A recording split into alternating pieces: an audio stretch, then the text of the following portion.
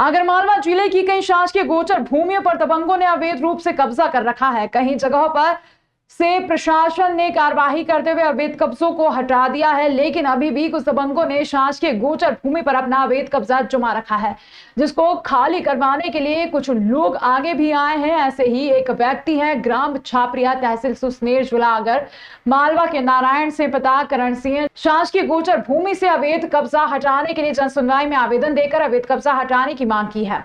नारायण सिंह कस्बा सुसनेर की आगर रोड पर लगी हुई भूमि सर्वे नंबर 2705/1 रकबा 1.5990, 2701 रकबा 0.1468, 2702 रकबा 8.9160, 2705/3 रकबा 2.0900, 2703 रकबा 3.5640 है। भूमि शासकीय रिकॉर्ड में चारागाह के रूप में दर्ज है तथा उपरोक्त शासकीय गोचर भूमि में कुछ लोगों के द्वारा अवैध रूप से कब्जा कर रखा है।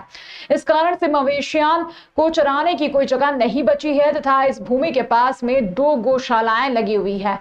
इसलिए उपरोक्त शासकीय भूमि को कब्जाधारियों से मुक्त करवाने के लिए जनसुनवाई में कलेक्टर को आवेदन देते हुए शासकीय गोचर भूमि पर से तत्काल जांच करवाकर अवैध कब्जे हटाए जाने की मांग की है।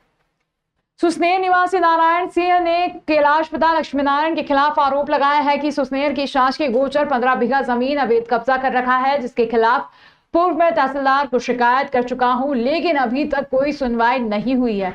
इसलिए मंगलवार को जन सुनवाई में जिला कलेक्टर को शासकीय गोचर भूमि से अवैध कब्जा हटाने के लिए आवेदन दिया गया है, लेकिन अभी तक दबंगों के खिलाफ कोई कार्रवाई नहीं की गई है। मेरी शिकायत है शासकीय भूमि को जिन्हें कब्जा कर रखा है उनसे हटवाना। किसने कर रखा कब्जा? कब्जा कर रखा है सुसनेर के कैलाश बजाज पिता लक्ष्मी नारायण, जिन्होंने 15 बीघा अवैध ज़मीन पर कब्जा कर रखा है और तार बाउंड्री करके उस पर कब्जा कर लिया है।